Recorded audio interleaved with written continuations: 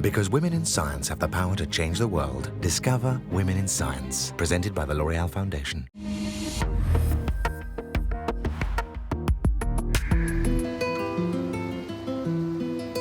Sometimes childhood memories can announce a vocation and build the legend. 60 years ago in Brazil, in a schoolyard in Sao Paulo, Mayana Zatz was a little girl who didn't go unnoticed. As much as I remember my infancy, I like to read books. When I start reading books about scientists, about Pasteur, about Madame Curie, I always thought it was very interesting. Who could predict then that this Brazilian girl would become one of the greatest geneticists of our time? To meet with Mayana Zatz is to delve into the history of genetic diseases called muscular dystrophies. Duchenne muscular dystrophy, for example. Diseases that are very rare, always incurable, and which destroy muscles. After almost 50 years' work, Mayana Zatz has mastered the art of detecting these disorders. And soon, perhaps, she'll be treating them. To be a scientist, it's something from the heart. You have to love it. We want to know how it is inside, how it works, and how it can be fixed if it needs to be fixed. In Sao Paulo, Brazil, all doctors know this address. The Human Genome Research Center, founded by Mayana Zatz. It's both a research lab and a treatment center unique in Brazil. Opened in 1988, it's a last-chance saloon for families helpless before the disease. This Wednesday morning, Ciela has brought her 10-year-old nephew, Arthur, to be examined. Until now, nobody at the hospital has been able to identify the cause of his pains. They have driven 5 hours from their poor village in the countryside to meet Mayana and her teams. Here, consultation is free to the most disadvantaged. Mais difícil, pode ser, Arthur? Aqui, já vai colocar a cadeira aqui. Se você precisar apoiar, você pode apoiar. Mas se você conseguir levantar sem apoiar, é legal, tá bom? Vamos lá? Ficou de pé. Since he was born, a mysterious ache has eaten away at this child's body. Muito bem.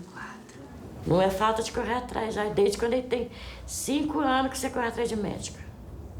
E ele cai demais, demais, demais. E hoje em dia ele não come nada sólido, só líquido. Por que você não gosta de comida? Mayana quickly saw the seriousness of the diagnosis.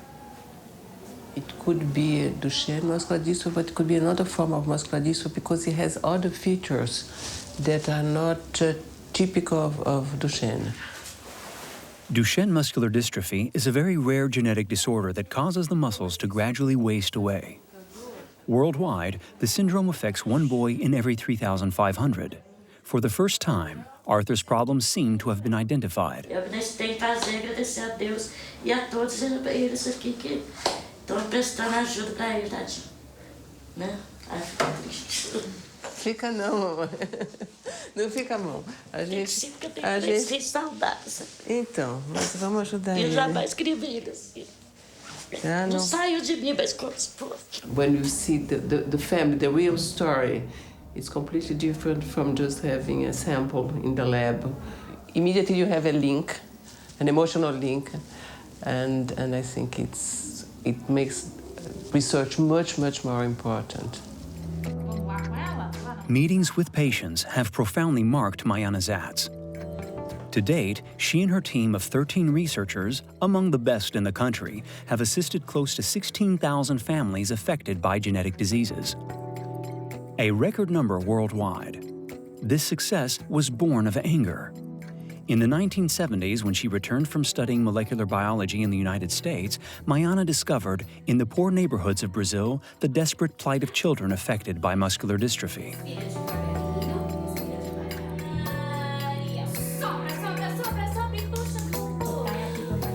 I was shocked to see how abandoned the children that were born were.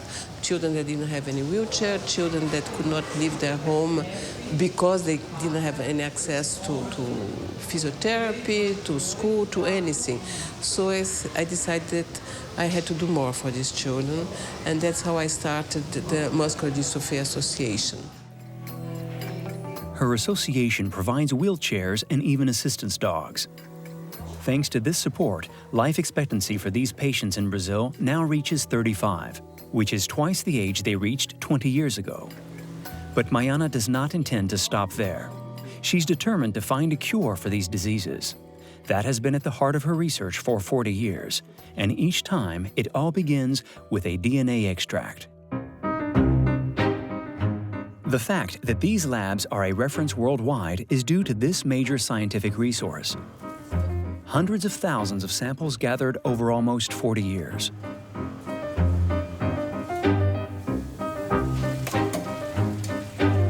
These are cells. For many questions in biology, unless you have a lot of samples, you cannot answer. So you either have to have good families, very well described, very well analyzed, or you have to have large collections of one disease. Since the sequencing of the first human genome in 2001, research has accelerated at such a speed that it now takes Mayana's team less than 24 hours to detect a genetic anomaly. This is the machine where it all begins. It deciphers the DNA combinations, and it costs more than $500,000. The big challenge now is not to generate the data, but to interpret the data. For this person, that's a small part of the chromosome that is missing. And this can cause also a kind of disease. With this remarkable library, Mayana and her teams were the first to discover the genes responsible for several muscular dystrophies. In particular, Knoblauch syndrome, which causes total blindness, and amyotrophic sclerosis, Charcot's disease. It's about spotting anomalies and mutations in order to prevent hereditary problems. In the case of Duchenne muscular dystrophy, a carrier mother has a 50% chance of passing on the defective gene to her child. Prior to the arrival of these technologies, Mayana could only provide families with statistics and probabilities. But with this incomparable accumulation of data over several generations, Mayana can establish the genetic identity card of entire families. This can predict future births at risk. For genetic counseling, it's very important because we have families that come here and say, I had a brother that died of muscular dystrophy 10 years ago, and I want to know if I'm a carrier or not. So if you have the DNA of the deceased brother, you know already what mutation he had, and you can immediately look at the possible carrier. This power of prediction, which makes it possible to detect the onset of a disease several years in advance, is not without its ethical problems. Mayana knows she can change the course of a life with these family secrets. This raises new questions, because do you want to know that you are going to have Huntington disease or anything that is going to start when you'll be 50, 60, I don't know when? Each case is different, and we discuss each case. For example, there was a young lady who was 17 years old, and her father had myotonic dystrophy. Myotonic dystrophy, they close their hands, and they have it's very difficult to open the hands, okay? This is typical of the disorder. And this young girl said, I want to be a dentist. But if I have the mutation, I'm not going to do this, because I'm sure if I won't be able to manipulate it and to be a dentist. So we decided to test her, and she didn't have the mutation, so she went to her school, what she wanted to do.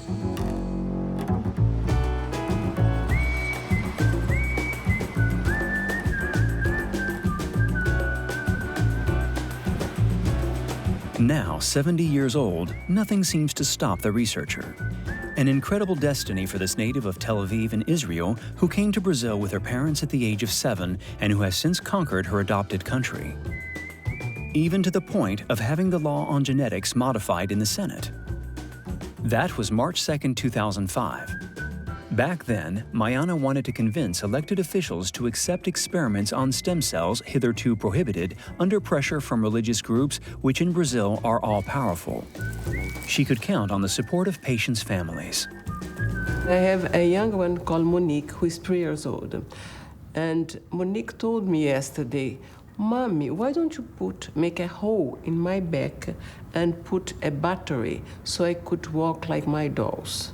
And when she told me that, everybody was so emotional. I said, well, you come with me and you are going to talk to the senators. And this made a big difference, really. Why are these stem cells so important to Mayana? Back to the Genome Center for a decisive meeting. Mayana is convinced that the remedy to genetic diseases is hiding in stem cells, the matrix of all cells in the human body. To master their development, to modify the DNA found there, is to stop the malfunctions and even to recreate organs from scratch. Tudo bem, o que você está vendo aí hoje? Hoje eu estou vendo aqui as células que eu tirei uma foto das IPS que vão ser diferenciadas para a hipotensão.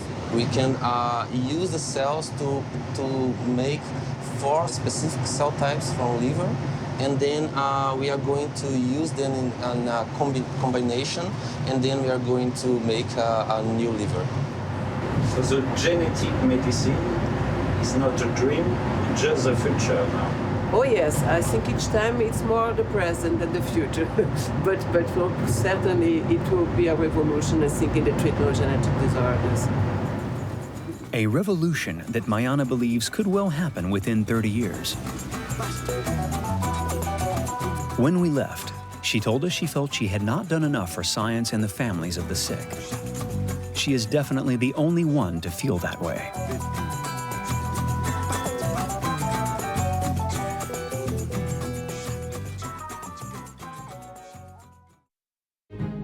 Women in Science was presented by the L'Oreal Foundation.